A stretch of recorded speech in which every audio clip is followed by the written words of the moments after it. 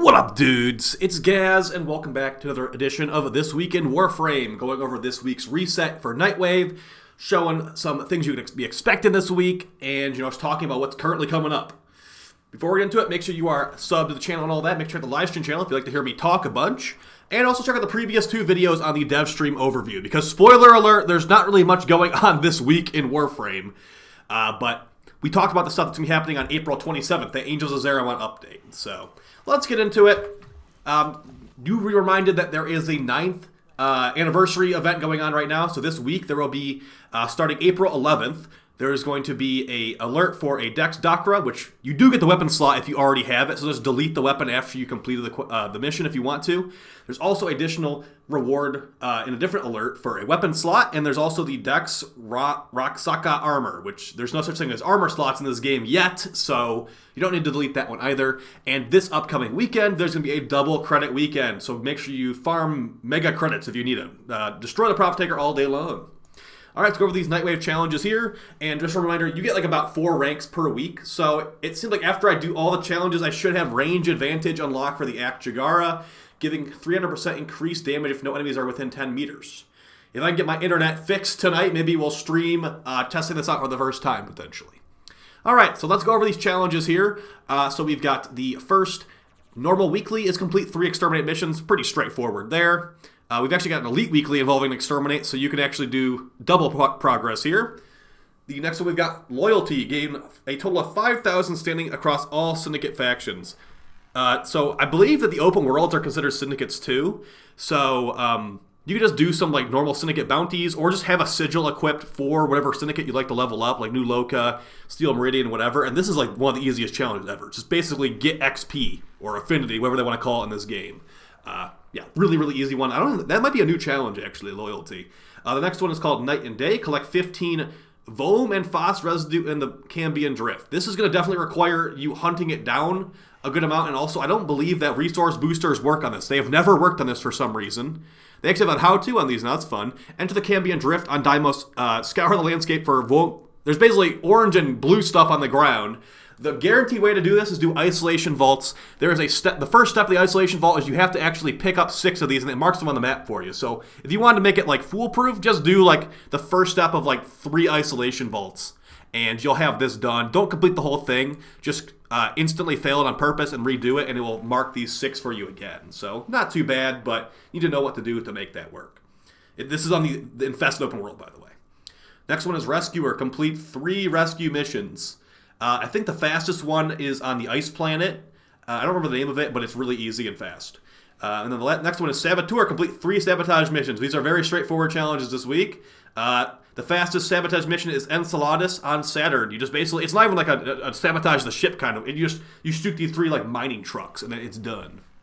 Then we got the 2 elite weeklies. If you are someone that watched the previous Focus rework video, or maybe you watched another content creator's Focus rework video, you might be realizing that Eidolon meta might change, but I don't think it's a big deal personally. But hey, before they make Void Strike not the way it is right now, but still really good, maybe do 1 Eidolon Hydralisk capture to get this challenge done. If you are not geared for this stuff, don't feel bad for skipping this at all. This Nightwave is going to be a really long time, guys. So there's no reason to rush getting this Eidolon fight done if you don't know how to do it, if you don't have enough amp stuff, all that. Don't worry about it. Honestly, don't worry about it.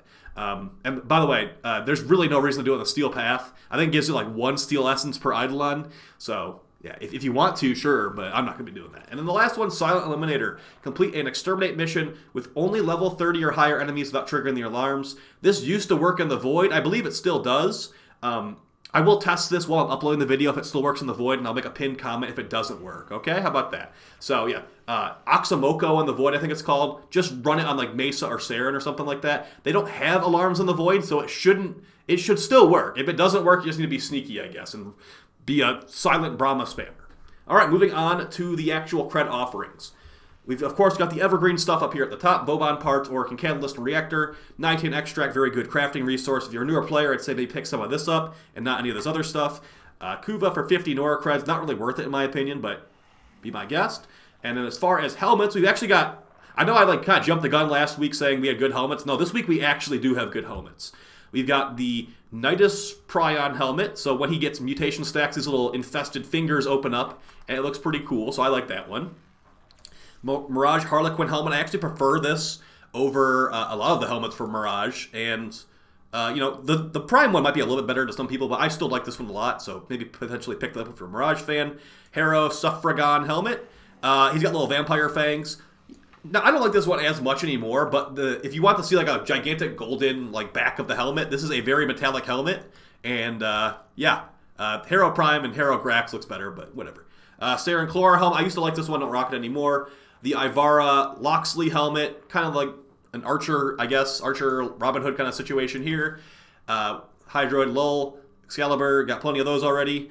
Let's see the other. Oh, okay, we got Protea. Got the Protea mechanic helmet. It's got like a ponytail. I really like this Protea helmet. I believe this one does not take Night in the Craft. Some of these helmets do take Night in the Craft, but this one does not. If you are a Protea fan, I'd highly recommend getting this one. It's much better than her base helmet, if you ask me. And we've got my favorite Inaros helmet, the Inaros Anubis helmet. This one does take Night in the Craft, but I'd say it's worth it to look like Anubis. That's 5 Nightane though, so yeah, a lot. And then the rest of this stuff, there's plenty of good helmets. I like this Ivara helmet too. There's 2 Ivara helmets this week. That's crazy. All right, let's move on to the non-helmet stuff down here. So we've got Shield Disruption, which is an aura mod reducing the shields of enemies. The funny thing is, whenever this mod has actually turned out to be useful, it's gotten nerfed like within 1 or 2 days. Like, this mod has never been allowed to be useful. This mod used to work on Eidolon fights, they removed that. Used to work on the Profiteer, they removed that. And for normal Corpus, you just bypass their shields with Toxin anyway, so... Yeah, this mod, I wouldn't even recommend picking it up, honestly. If it is ever useful, like I said, it will be nerfed within a day. So, yeah, moving on. Rejuvenation. Now, this one's really good for newer players. Built-in health regeneration, not only for you, but for any other teammate you're playing with as well. 3 health regeneration per second. Pretty good. It does stack with Nidus's built-in health regeneration passive. So if you maybe bought the Nidus starter bundle or something like that, get this. You're gonna feel like a tank lord at normal levels. So... pretty good mod there. I highly recommend picking this one for newer players. Infested Impotence, this is just a meme. I think it says it reduces enemy infested speed, but I believe it also has an effect aura, so it doesn't cover the entire map, I believe. This one's just bad, just like Shield Disruption. Don't pick this up. And the cherry on top of terrible augment mods, you've got EMP aura, reducing Corpus enemy robots. Actually, no, wait. EMP aura. Did they change it to... Okay, maybe I'm thinking of a different one, but this one's pretty bad too. Corpus enemies have reduced accuracy by 15% hit chance. I could have swore this only worked on robots before, but maybe it's... Either way, don't get this one. 50% chance to not get hit. I don't even know... This one's bad, okay? If you guys have ever found a reason for EMP Aura to be useful, I actually would be very interested in seeing comments down below about that. Because, first of all, I thought this used to only work on robots. Might be thinking about a different one. And also 15%. If you have your entire team using this, it's only 60% chance that they don't hit you. So, yeah. And then we got, as far as mastery weapons, we've got the normal glaive. Pretty cool. The Pangolin sword. This is a potentially pretty good stat stick if you like to use the Pangolin Prime as well. So, pretty good one there. The dark sword. I think this one has really bad base stats, if I recall correctly. Yeah, 5% crit chance and 1.5 multiplier with 40% status chance. It's got built-in radiation, which is kind of cool. But yeah, nothing too crazy there. And the normal Dark Dagger. Remember, there's a Rakta Syndicate version of this, which is probably just better. An 8% crit chance isn't looking too hot there. We've got, and then as far as the Conclave Augment mods, we've got Recharge Barrier. I've tested it. It's not as OP as it looks. But basically, if you pass through Volt's Electrical Shield, you get 35% of your shields restored. And then we've got Directed Convergence, giving you increased accuracy while aiming with the Supra. And then the best one of the entire bunch is Prism Guard for Mirage. We have a full build guide on this mod. It's actually really, really good for a different playstyle from Mirage for nuking down the steel path with no weapons at all. So that's your challenges. No real in-depth explanation needed this week, I'd say, these challenges, because they're pretty straightforward. Like I said, I'll put the pinned comment for the Void one below. And then we actually get our first unique item from this Nightwave. We get the Dual Sword Stavaka skin. If you've been doing all your challenges nearly, you will get this new dual sword skin, which doesn't look too great, but hey, at least it's new. And then you'll get range advantage, like we talked about earlier, for the Akjagara. And we'll potentially have a video on that. I don't know. It's 3% increased damage. I mean, it's not too complicated. Now we're going to go over to the helmet, and we're going to show what helmet invigorations we have this week. I have not looked at these yet, so hopefully they're good. Last week they were really good with Titania and all that. All right, so we've got Equinox, 100% increased ability duration, 1,000 armor. So not really good at all. I don't usually mod for health on Equinox. But yeah, that's not a good one, I'd say. 250 increased secondary damage for Grendel, and then immunity to status effects. I mean, might as well. It's not like it's a bad thing. Yeah, I mean, I usually use Prime Sure-Footed on Grendel, so maybe we could take that off for a couple days, and then get increased Spore Lacer damage. And our last one's for Caliban. 200% increased ability strength and 5 jump resets. So I guess I could technically fully remove enemy armor without even using any power strength mods with this. But yeah, Caliban. I'm surprised that Caliban's even in the invigoration pool because I feel like DE definitely forgot about this frame. They did not mention him on the dev stream, and they said they're going to buff him more. They only buffed him once, so it was a pretty major buff change. But I'm expecting more from the newest 2021 frame. It was the last frame of 2021, and he basically just got swept over because of the new war and Hero Prime Axis and all that. So, yeah, as far as this week, like I said, guys, there's nothing really going on, to be honest.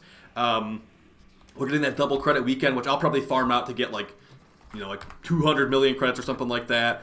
And then there's just, it's nothing. We're waiting until the 27th. Now that they have dropped the info and the release date for the new update, it's just waiting. It's the waiting game. It's what we were doing before, but now we have more information. Instead of waiting with no idea what's going on, we're waiting with somewhat of an idea what's going on. So, yeah, hopefully you guys are still having fun. Don't feel bad about playing other games at all. Elden Ring is out there. I've been playing, okay, I might actually be addicted to Slay the Spire, honestly. I need to, uninstall it. I have been playing Slay the Spire, which I think is like a 2016, card game or something like that. It's like a video game, though. It is so addicting. I don't know what it is about that game. It is just so much fun. So I'd highly recommend that. I got it for free on PlayStation Plus, but I'd say it's still worth the money too. You get lots of replay value out of it. And yeah, I'll see you guys tomorrow for another video. I need to get that Ash video out from a couple weeks ago. I got a lot of videos to make, actually, so I'm going to go work on that right now. I appreciate all the support. Go watch those previous videos on Focus and the new frame Gyre, and I'll see you guys next time. Peace.